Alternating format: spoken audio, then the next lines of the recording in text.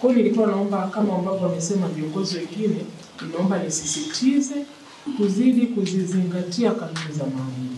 Tuzitekeleze kama ambavyo zinatakiwa kutekelezwa. Nini nataka kusema? Tuna eneo linaitwa haki, lakini haki inaambatana na nini jamani? Na wajibu. Na kati ya haki na wajibu nini kinatangulia? Wajibu kwanza, then inafuata haki. Serikali yetu inajitahidi sana. Sana.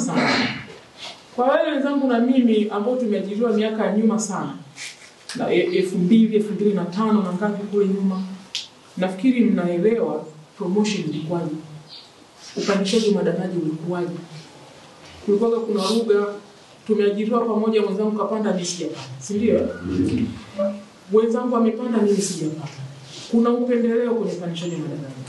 Vyote hivyo vilikuwa vinatokea na manunguniko yalikuwa yanatokea kwa sababu fedha zilizokuwa zinakuja kwa ajili ya kupandisha madaraja zilikuwa ni chache. Kwa serikali yetu inafanya kazi kubwa sana. Jamani, huyu mama yetu apewe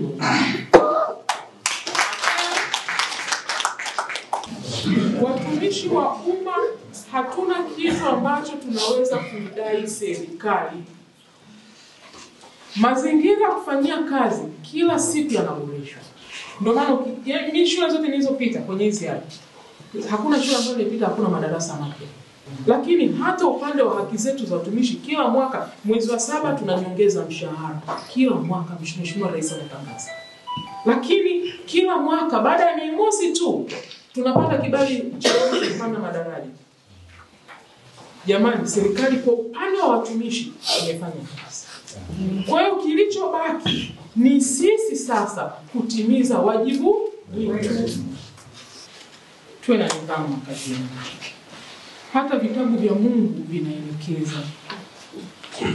Tuwe na nidhamu, tutii maelekezo ya serikali, utabarikiwa na Mungu.